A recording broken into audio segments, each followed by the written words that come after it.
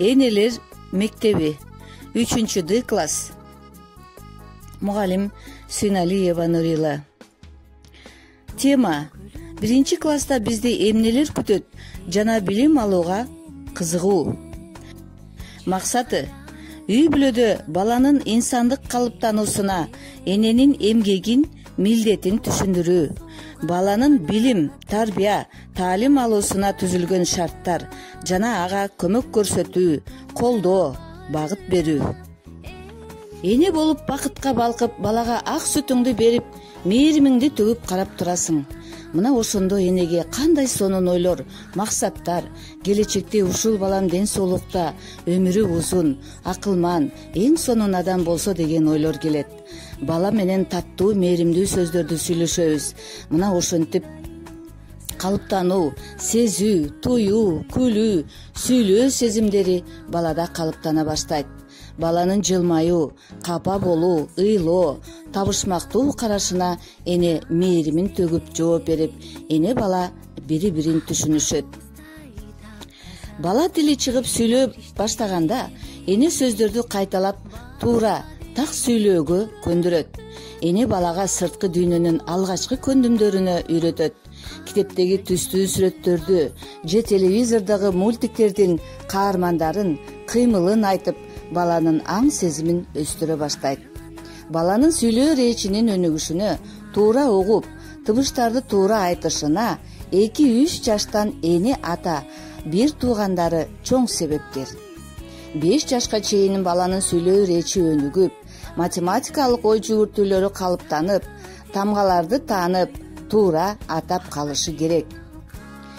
Мындан сырткары калем кармап, ар кандай фигураларды чийип, сүрөт тартууга кызыгып калыш керек. Буга ата-эненин камкордугу, мээрими өтө баа жеткис милдети зор. Демек бала ар тараптан өнүгүп, калыптанып, мектепке келет.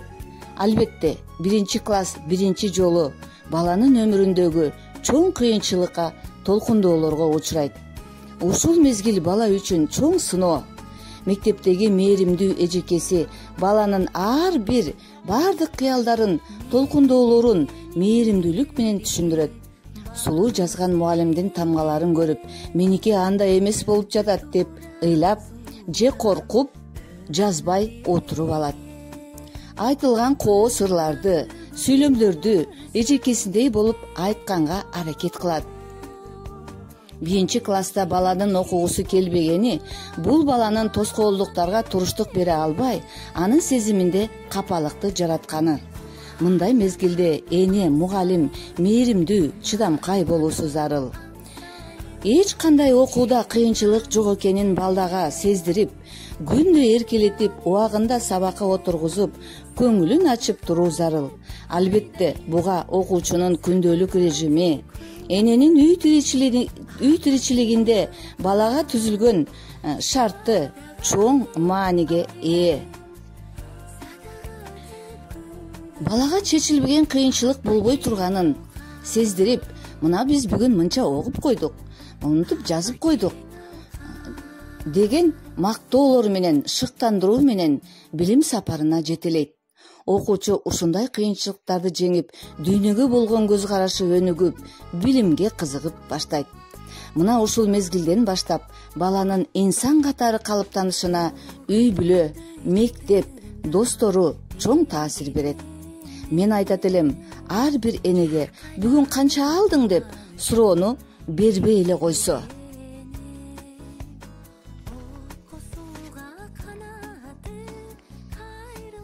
Эгер бала жакшы көрсөткүчкө ээ болсо, кубанычын өзү эле айтып келет. Ал эми начар баа алса, жашырып, өзүнчө ойдо калат. Буга эне атада билбегендей мамиле кылып, акырын эмне кыйынчылык болду деп мугалим менен кеңешет. Баланын окугусу келбей калгандыгы мына ушундан башталат. Мугалим менен ата-эне абдан тыгыз байланышта болуп, мугалимдин кеңешин, талап коюусун туура түшүнүп аткаруу керек. Ушуга байланыштуу Кыргызстандагы окуу тарбия иштеринин чыгаан педагогу сүйүктүү агайыбыз Гапыр Мадеминовдун балдарды мектепке даярдоо деген эмгегинде психологиялык жактан даярдоо деген бөлүгүндө айтат: эч качан сен жөндөмсүз элдин баласындай окуй албайсың, жалкоосуң, түшүнбөйсүң жана башка көңүл калтырган сөздөрдү балага капа кылып айтпаш керек деген эмгегин абдан чоң баалагым келет. Баланы мына ушундай жемелөө баланын турмушка, окууга болгон ишенимин жоготуп, баланын ички жан дүйнөсүнө дүрбөлөң салып, жаман адатка көндүрүп, баланын асыл ойлорун ата эне өздөрү талкалап аларын сезишсе деп ойлойм. Көркөм чыгарма окуу адамга баа жеткис акыл байлыкты берет. Замандын талабына жооп берип, компьютер жана башка коммуникация илимдерин билишибиз керек. Бирок адамдын инсандык калыптанышына көркөм адабият окуу зарылдыгын айткым келет. Көркөм адабият адамдын жан дүйнөсүн байытып, тарбиялайт, алга жетелейт. Ошондуктан биз окуу деңгээлинде 3-4 класстарда 100-150 сөз окуп калышын ар бир окуучудан талап кылабыз. Мен дагы бир жолу Габыр Мадайменов агайдын «Маданияттуу үй бүлөнүн белгиси» деген чыгармасын менин кымбаттуу ата-энелеримдин окуп чыгысын талап кылам жана ар бир ата-эненин оюн, максатын билүүгө кызыктым.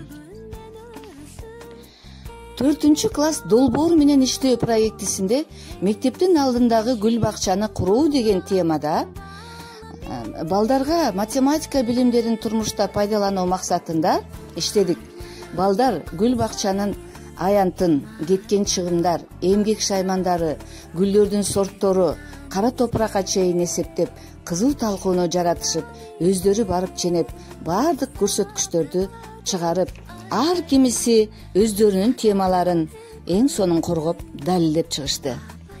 Ал эми Чыңгыз Айтматовдун эрте жаздагы турналар чыгармасы боюнча эки эле барагынан үзүндү кылып окутуп, бул чыгармада согуш маалындагы балдардын башынан өткөргөн кыйынчылыктары, алардын жеке жашырган кайгысын, достугун балдардын өздөрү окуп, ар бир каармандын ой толгоосун, ички сезимдери менен бөлүшүп, сүрөттөрүн тартып, класста балдардын достугу, бири-бирине берген ынтымагы, мээримдүүлүктөрү сезиле баштады.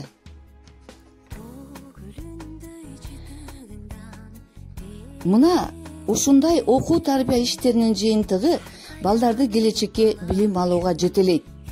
Улуу педагог Антон Макаренко жазып калтыргандай: адамды бактылуу болууга үйрөтүүгө болбойт, бирок бактылуу болгондой тарбиялоого мүмкүн деген улуу ойлорун айткым келет.